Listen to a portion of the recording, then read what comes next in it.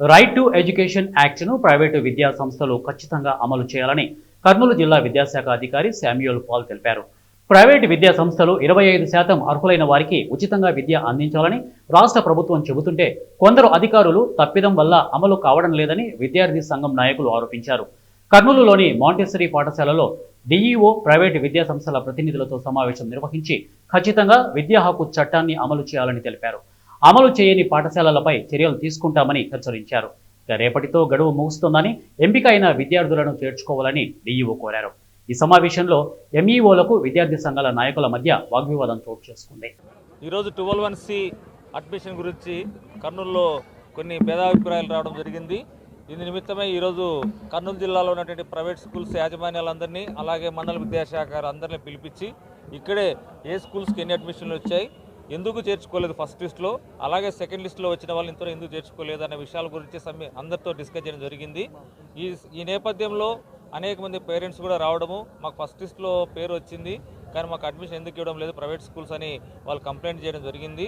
ఆ నేపథ్యంలో వాళ్ళందరికీ గతంలో ప్రతి స్కూల్కి ఇండివిజువల్గా వాళ్ళకు నోటీస్ ఇవ్వడం జరిగింది. తర్వాత అన్ని స్కూల్ కలిపి నోటీస్ ఇవ్వడం జరిగింది. ఈరోజు ప్రైవేట్ స్కూల్స్లో ఎట్టి పరిస్థితుల్లో మీరు అడ్మిషన్స్ గవర్నమెంట్ గారి ఉత్తర్వుల మేరకు మీరు ఇవ్వకపోతే మీ మీద కఠినమైన చర్యలు తీసుకుంటాము. కాబట్టి మీ బాధ్యతగా గవర్నమెంట్ ఇచ్చినటువంటి డేట్ రేపు మధ్యాహ్నంతో లాస్ట్ డేట్ కాబట్టి ప్రతి స్కూల్లో ఆర్టీఏకి ఇచ్చిన పిల్లల్ని చేర్చుకోవాలని చెప్పడం జరిగింది.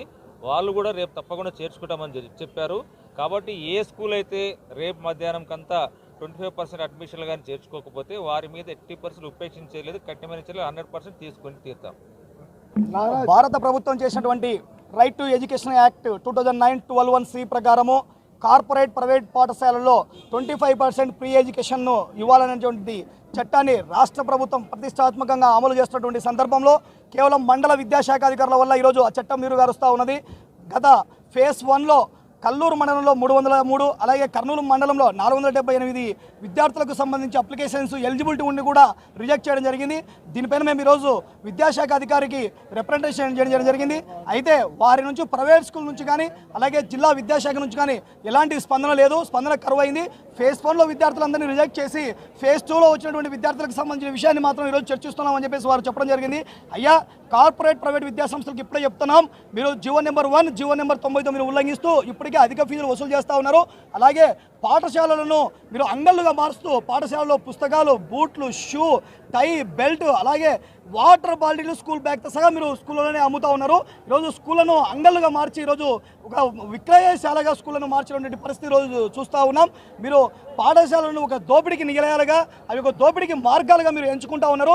నిజంగా భారత రాజ్యాంగం ప్రకారం విద్య అనేటువంటిది కేవలం సేవ మాత్రమే, దాన్ని వ్యాపారంగా చూడకూడదనే విషయాన్ని మీకు ఈ సందర్భంగా గుర్తు చేస్తూ ఇప్పటికైనా మండల విద్యాశాఖ అధికారులు మేల్కొనాలని చెప్పేసి రిక్వెస్ట్ చేస్తూ ఉన్నాం. ఆయా మండలాలలో ఖచ్చితంగా ఆర్టీఈ ప్రకారం ఫ్రీ ఎడ్యుకేషన్ పొందినటువంటి విద్యార్థులందరికీ కూడా అడ్మిషన్ వచ్చే విధంగా మండల విద్యాశాఖ అధికారులు చర్యలు తీసుకోవాలని ఈ సందర్భంగా రిక్వెస్ట్ చేస్తున్నాం.